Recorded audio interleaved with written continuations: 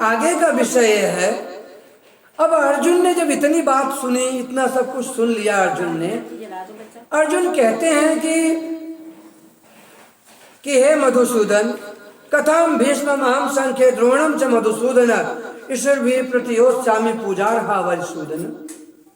अर्जुन ने कहा कि हे केशव, हे हरिसूदन, हे मधुसूदन, मैं किस प्रकार से बाणों से लड़ूंगा। यहां पर अर्जुन ने दो संबोधन दिया भगवान को। पहला संबोधन हरिसूदन और दूसरा मधुसूदन। हरिसूदन, हरि मतलब शत्रु, जो अपने शत्रुओं को सूद मतलब त्राण दे, जो अपने शत्रुओं को अपने वश में नियंत्रित कर लेता है, उसे कहते हैं हरिसूदन। और मधुसूदन, मधुकैटभ नामक दैत्यों को जिसने मारा था, उन्हें मधुसूदन कहते हैं। अब अर्जुन ने कहा केशव, ये जो सामने खड़े हैं ना, ये मेरे शत्रु नहीं हैं, ये मेरे गुरुजन हैं। ये मेरे गुरुजन हैं, जिनको कठोर वचन भी नहीं कहना चाहिए, जिनके प्रति मन से भी पाप नहीं लाना चाहिए, उनसे, उनके विरुद्ध मैं बाणों सहित कैसे लड़ूंगा। ये युद्ध मैं कैसे करूंगा उनसे, किस प्रकार से युद्ध होगा। हरिसूदन, ये दोनों पूजनीय हैं। ऐसे श्रेष्ठ महापुरुषों को मारने की बजाय मैं एक भिक्षुक की तरह भिक्षा मांग कर खा लूंगा, वो ज्यादा अच्छा है। भिक्षुक की तरह अन्न खाऊंगा, अपना जीवन निर्वाह कर लूंगा, वो मेरे लिए ज्यादा अच्छा है। इनको मैं मारूंगा नहीं, क्योंकि यदि मैं मार देता हूँ या मैं इनसे युद्ध करता हूँ, यदि मैं इनका तिरस्कार और अपमान करता हूँ, तो मैं इस संसार में और इस संसार के बाद मैं निम्न योनियों अधोगति को प्राप्त होऊंगा।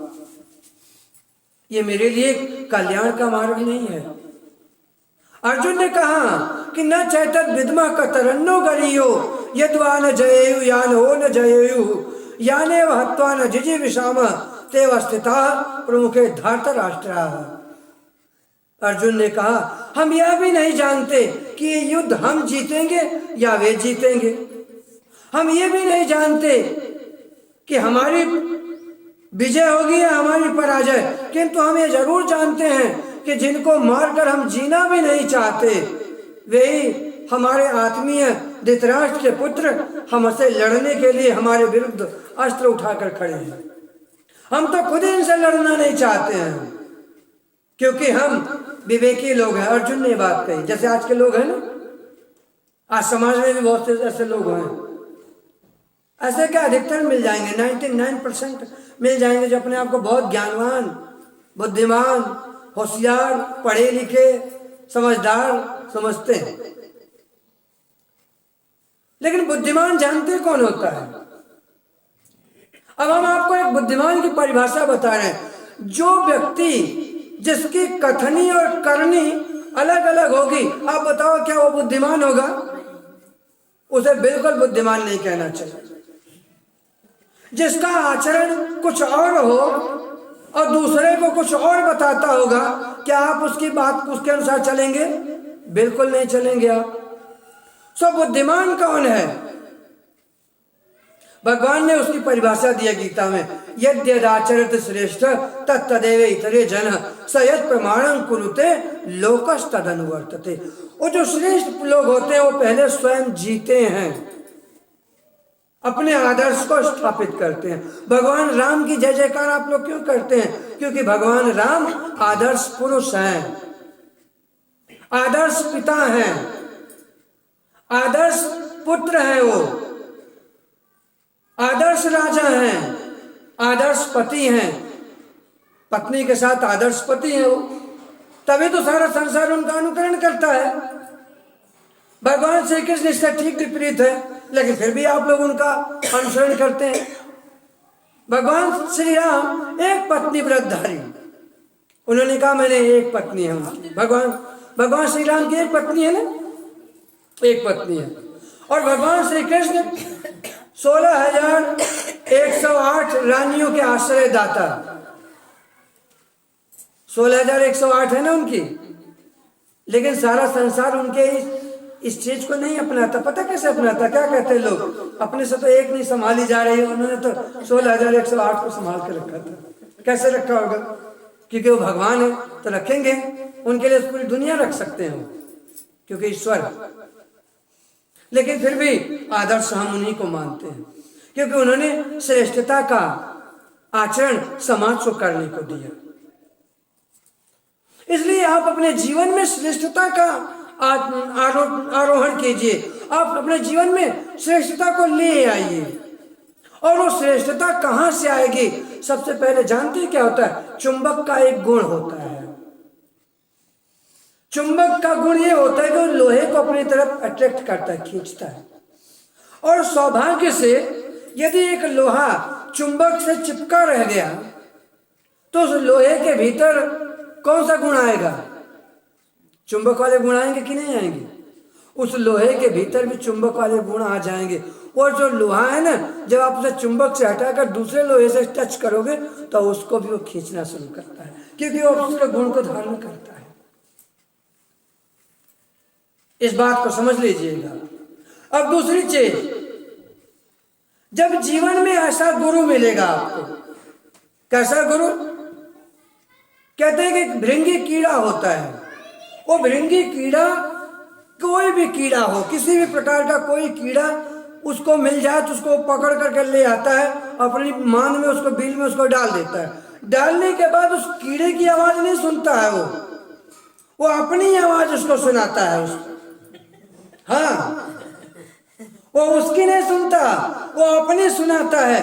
और अपने सुनाने सुनाते सुनाते क्या होता है कि वो भृंगी कीड़ा उसको अपने जैसा बना लेता। वो कीड़ा भी एक दिन उसी के जैसे बोलने शुरू कर देता है। ये उसकी महिमा है, विशेषता है।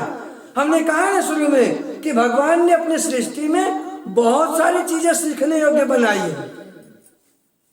भगवान ने अपने संसार में जब बनाया, संसार को जब रचा, तो ऐसा बहुत कुछ ऐसा बनाया कि आप उसके संसार से सीख सकते हो। आप सीखना आपके हाथ में। जैसे अब चंदन का वृक्ष है, चंदन के वृक्ष पर सांप क्यों लिपटे रहते हैं जानते हैं आप? क्योंकि सांप जहरीला होता है, सर्प जो है ना वो विषैला होता है। वो उसकी जो विष है, जो दाह है, वो उसी को जलाती रहती है अंदर ही अंदर। वो सर्प जो है ना वो विष से व्याकुल रहता है, घबराए रहता है। तो कहाँ ढूंढता है? वो ठंडे प्रदेश को ढूंढता है या फिर चंदन के वृक्ष पे जाके लिपट जाता है।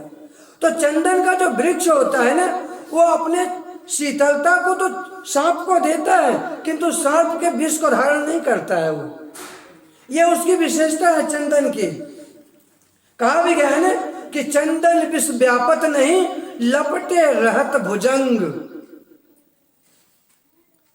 चंदन जो है वो अपने विषैलेपन को, सर्प के विषैलेपन को ग्रहण नहीं करता, अपनी शीतलता उसको जरूर दे देता है। इसलिए आदरणीय जनों, भगवत प्रेमियों, आप लोगों को स्वयं समझना होगा इस बात को। आप इसको समझिए, आत्मसात करिए अपने जीवन में कि सबसे पहले तलाश कीजिए, अपने विवेक दृष्टि को दौड़ाइए कि श्रेष्ठ पुरुष है कौन जिसकी कथनी और करनी एक हो। अगर वो कहता है कि भाई हम सुबह ब्रह्म मुहूर्त में उठकर सबसे पहले स्नान करते हैं, स्नान के बाद हम भगवान नाम का जाप करते हैं, भगवान का ध्यान करते हैं, तो आप अगर उसका संग करोगे तो आपके अंदर ये गुण आएंगे। ठीक है। एक बात और, वो यह कि अगर आप श्रेष्ठ पुरुष का सानिध्य नहीं कर पा रहे हैं तो विचारणीय तथ्य है कि आप अपना संग तो कर ही रहे होंगे ना। आप स्वयं में देखिए, स्वयं में इतना विवेक तो रखिए कि आपके अंदर इतने झंझावात क्यों हैं। व्यक्ति अपनी अच्छाई को, अपनी बुराई को, अपनी कमियों को, अपनी गलादतों को अच्छी तरह से जानता है। वो किसी से कहने की जरूरत नहीं। हर व्यक्ति को पता होता है कि मैं कैसा हूं, मेरा व्यवहार कैसा है, व्यक्तित्व कैसा है ना, उसको मालूम होता है। तो जो वो उसको पता है वो उसको निखारने की कोशिश करे। ऐसा नहीं है कि संसार में भगवान जब इस संसार में किसी को बना के भेजता है ना, तो लोग ज्ञानी होते हैं, ज्ञानवान होते हैं। लोग ज्ञानवान होने का श्रेय जो है वो आपको कैसे प्राप्त होगा? वो तब प्राप्त होगा जब आप अपने जीवन में पूरी तन्मयता, एकाग्रता के साथ आप सत्य का अनुसरण करें। और अनुसरण आप तब करेंगे जब आप पहले अपने लिए समय देंगे। आज हम आपको एक लास्ट बात बताने जा रहे हैं, उसके बाद वाणी को विराम देंगे कि आप सभी लोग अपने जीवन में आज से ये समय निर्धारित कीजिए कि रात्रि सोने जाने से पहले 5 मिनट 10 मिनट आप भगवान से प्रार्थना करेंगे कि प्रभु यदि आप हैं तो आप मुझे अपनी शरण में बुलाएं, अपना दर्शन कराएं, अपने ज्ञान की वर्षा हम पर करें। और सुबह उठते ही उनको प्रणाम करें और प्रणाम करने के बाद प्रार्थना करें। उसके बाद अपनी दिनचर्या का कार्य आरंभ करें और दिनचर्या में इस चीज़ का अध्ययन करें कि आपके वचन से, आपके मुख से कोई ऐसा अपशब्द आपके चिंतन में और किसी भी प्रकार का ये न आए। इतना नियंत्रण जब करना शुरू कर देंगे आप, तो धीरे धीरे आपका जीवन स्वयं ईश्वर की तरफ बढ़ेगा। वो परमात्मा भी आपको ढूंढ निकालेगा, क्योंकि आप भगवान को खोजने नहीं जा सकते, आप भगवान को नहीं खोज पाओगे, किंतु हाँ, भगवान आपको जरूर खोज लेंगे। एक बार ईसा मसीह जो है ना, ईसा मसीह अपने शिष्यों के साथ एक घने जंगल में प्रवेश कर गए। वहां जाने के बाद उनको एक मेमना मिला। उन्होंने उस मेमने को अपनी गोद में उठाया, लेकर के चले आए। शिष्यों ने पूछा कि हम किस लिए गए थे? उन्होंने कहा इसी के लिए तो गया था, यही पुकार रहा था हमको, इसी को लेने तो गए थे। एक गड़ेरिया होता है ना, अपनी भेड़ को अच्छी तरह से जानता है। आप सभी लोग परमात्मा के हो, परमात्मा को पता है।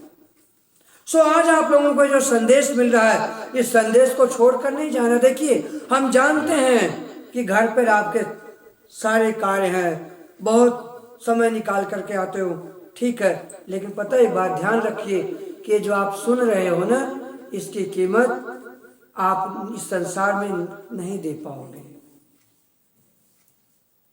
इसकी कीमत आप नहीं दे पाओगे, और बदले में यदि ये छूट गया तो फिर पछताने के अतिरिक्त और कुछ नहीं रह जाएगा। इसलिए आप सब लोग अपने जीवन में आगे बढ़िए, कल्याण को प्राप्त होइए। अब अर्जुन के इन प्रश्नों का उत्तर भगवान ने कैसे दिया, वो आगे के स्थायिका में हम श्रवण करेंगे। इसी के साथ ही हम अपनी वाणी को विराम देंगे। बोले सद्गुरु भगवान की जय, सच्चे दरबार की जय, श्री गुरु महासुतो सांबरे जी की जय, बाबा जी महाराज जी की जय।